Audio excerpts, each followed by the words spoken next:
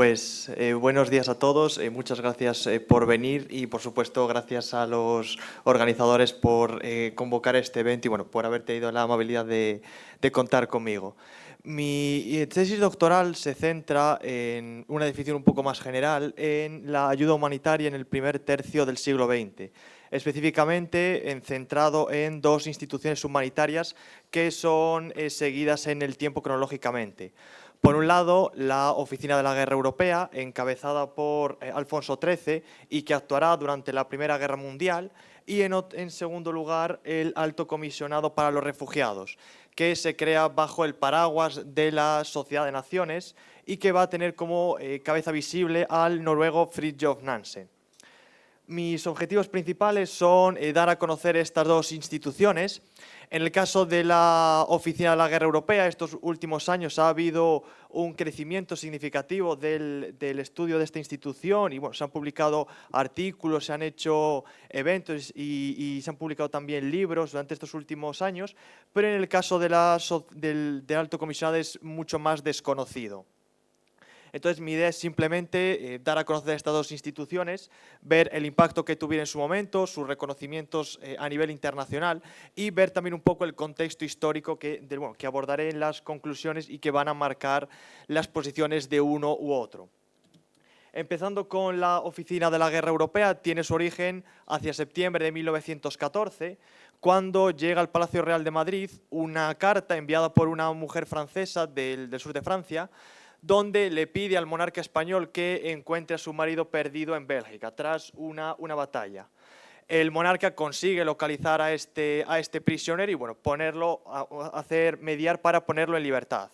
Esta noticia pronto será recogida por otros medios internacionales, principalmente franceses, y hará que empiecen a llegar, sobre todo a partir de mediados de 1915, una gran serie de cartas al Palacio Real pidiendo exactamente lo mismo, que el monarca Alfonso XIII intermedie para liberar y garantizar la seguridad de los prisioneros en los campos de internamiento, principalmente de Alemania y de Austria-Hungría.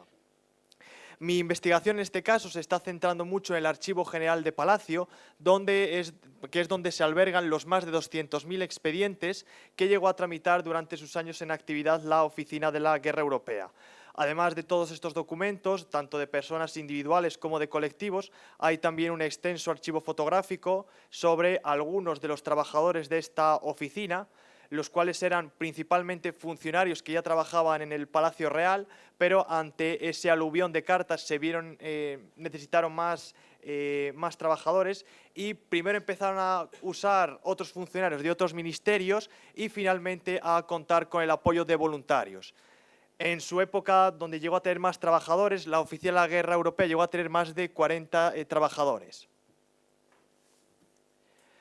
Todos estos trabajadores eran los que se encargaban del apartado burocrático, de administrar y de tramitar estos expedientes. Y a nivel europeo destaca también la colaboración que van a tener los embajadores, especialmente en los países de los imperios centrales. Algunos de estos embajadores van a escribir sus memorias o van a redactar documentos que también nos pueden ayudar a entender cómo vivieron ellos la colaboración con la Oficina de la Guerra Europea.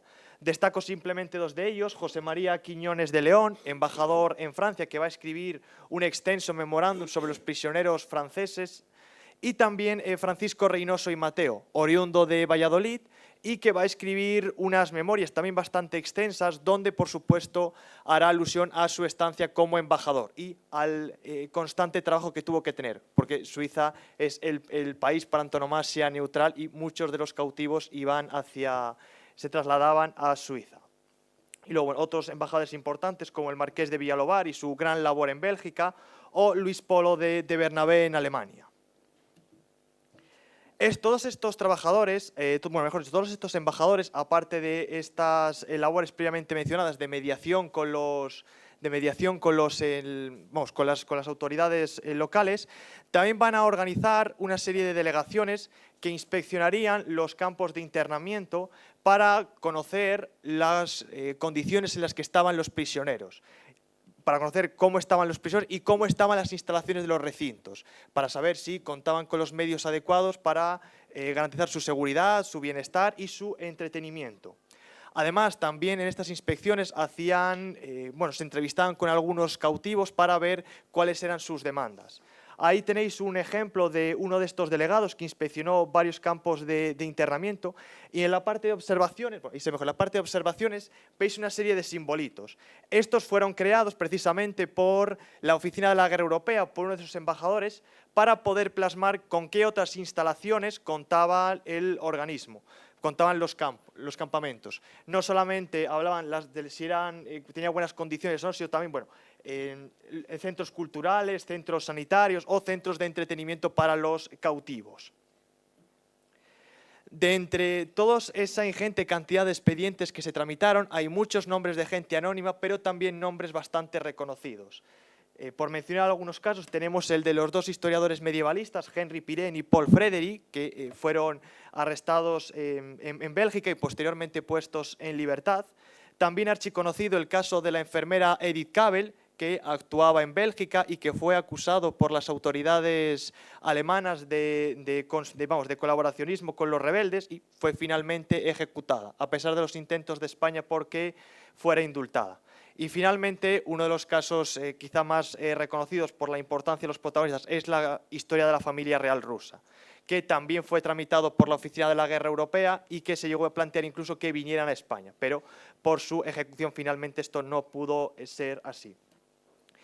Como digo, el Archivo General de Palacio tiene una importancia fundamental para poder reconstruir un poco todas las labores y poner nombres y apellidos a algunas de las víctimas, pero también son importantes las fuentes de hemeroteca, sobre todo para conocer el impacto que tuvo esta oficina a nivel nacional e internacional.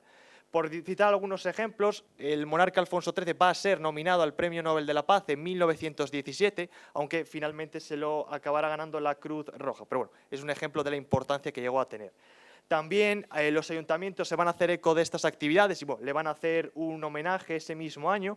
Y también a nivel internacional, numerosos medios de comunicación franceses, principalmente franceses, pero también británicos, alemanes e italianos, se van a hacer eco de esta institución. Esta, por un lado, la Oficina de la Guerra Europea. En segundo lugar, estaría el Alto Comisionado, que es mucho más inédito y es mucho más desconocido. En este caso, ya ha acabado la Primera Guerra Mundial y, tras la firma del Tratado de Versalles, se crea la Sociedad de Naciones, que va a buscar la preservación de la paz a nivel internacional y que para ello va a contar con diversas instituciones dependientes de él. La que me interesa y es de la que voy a hablar es el Alto Comisionado para los Refugiados, cuyo principal líder será Fridtjof Nansen. Nansen es un personaje que se ha escrito bastante de él, pero principalmente por su faceta como explorador. Él hizo una expedición a Groenlandia, hizo un viaje por el Polo Norte y él es principalmente reconocido por ello. Las 2 o 3 biografías que se han hecho sobre él dan más importancia a esto y reducen su parte humanitaria a un segundo plano. Lo cierto es que esta actividad ya empezó a surgir durante la Primera Guerra Mundial, cuando viajó a Estados Unidos para que el entonces filántropo Herbert Hoover pudiera mandar alimentos a Noruega, ya que estaban en peligro de sufrir una hambruna por el bloqueo naval que estaban sufriendo. Ya aquí ya empieza su faceta humanitaria. Cuando se crea la Sociedad de Naciones y se crea el Alto Comisionado, Fridtjof Nansen va a ser nombrado como la cabeza de esta institución y va a tener que lidiar principalmente con el gran exilio de rusos que huyen de su país natal, de Rusia, como consecuencia primero de la guerra civil y posteriormente de la hambruna ocasionada por sus medidas económicas. Su elemento más insignia va a ser el pasaporte Nansen, que va a permitir a los refugiados rusos desplazarse libremente por cada uno de los países que lo hubieran aceptado, que en total eran más de 50. Y del mismo modo también, de forma un poco más minoritaria, va a hacer colectas de dinero para enviar a Rusia. Un ejemplo del pasaporte Nansen.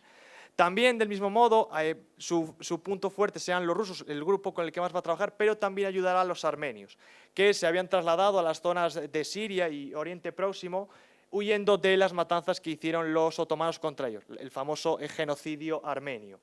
Por todas estas actividades, lo de los armenios vendrá un poco después, principalmente por su labor con los rusos, será nominado y en este caso ganará el Premio Nobel de la Paz en 1922. y tras su muerte en 1930, el sucesor espiritual del Alto Comisionado será la Oficina Internacional Nansen, que continuará con su labor ayudando a los rusos y continuando un poco con su tutela, y se sumarán los judíos de origen alemán que huían de la Alemania nazi. Y por todas estas actividades también ganará el Premio Nobel de la Paz en 1938, poco antes de su disolución. Y bueno, simplemente como conclusiones quiero ceñirme o quiero resaltar la importancia que el contexto de cada uno de los países tenía o de la situación de cada uno para entender un poco sus acciones. En el caso de la Oficina de la Guerra Europea nos encontramos en un contexto de guerra mundial donde España es un país neutral porque no tiene ni los medios materiales ni militares para participar en ella y que no cuenta con el apoyo de ningún otro país. Tienen que ser muy cuidadosos a la hora de ofrecer esta ayuda para que ningún otro país acuse a España de haber roto esa neutralidad. Por otro lado, en el caso del Alto Comisionado, tiene el paraguas de la Sociedad de Naciones, una institución internacional que busca preservar la paz tras la guerra mundial y bueno, una gran serie de países también están encaminados a este cometido. Y es por eso por lo que el Alto Comisionado, en contraposición a la Oficina de la Guerra Europea, sí que tendrá ese apoyo internacional mucho más significativo, con países que van desde países europeos, Hungría, Alemania, hasta China o Argentina o Brasil. Y eso es todo. Muchísimas gracias.